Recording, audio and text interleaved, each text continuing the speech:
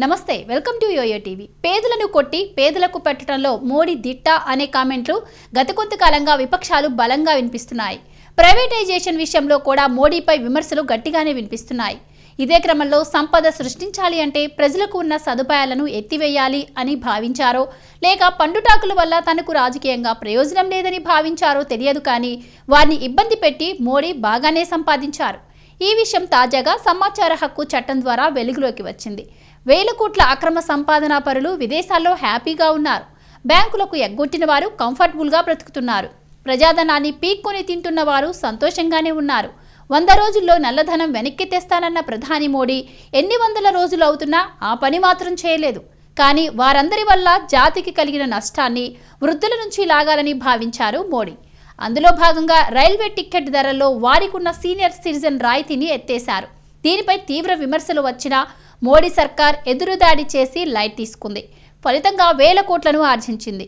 అవును, 60 ఏళ్లకు పైబడిన పెద్ద వయస్కుల వారికి గతంలో రైల్వేల్లో ప్రయాణించాలనుకుంటే వారి టికెట్ ధరల్లో 50% వరకు రాయితీ ఉండేది.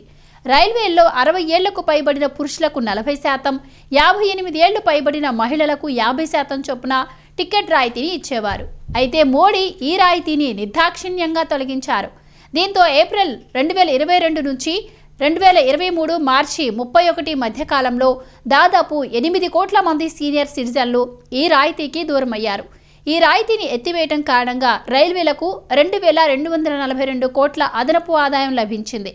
మధ్యప్రదేశ్కు చెందిన సమాచార హక్కు చట్ట కార్యకర్త చంద్రశేఖర్ గౌడ్ దాఖలు చేసిన అప్లికేషన్తో ఈ విషయం బయటకొచ్చింది. పండుటాకులకు ఇబ్బంది కలిగిస్తూ వారికి భారం చేకూరేలా మోడీ సర్కార్ తీసుకున్న నిర్ణయానికి ఏడాది వ్యవధిలో రైల్వేలు ఆర్జించిన మొత్తం 2242 కోట్లని తెలిసింది. దీంతో ఇది మోడీ మార్క్ అభివృద్ధిలో భాగమే అనే కామెంట్లు బలంగా వినిపిస్తున్నాయి. విపక్షాలు అన్నాయని కాదు, కానీ పెద్ద వయస్కుల వారి ఆత్మగౌరవానికి నిదర్శనంగా నిలిచే ఈ రాయితీని తీసేయడం ద్వారా మోడీ సర్కార్ సాధించిందేంటి? డబ్బేనా, ఇంకేమైనా ఉందా?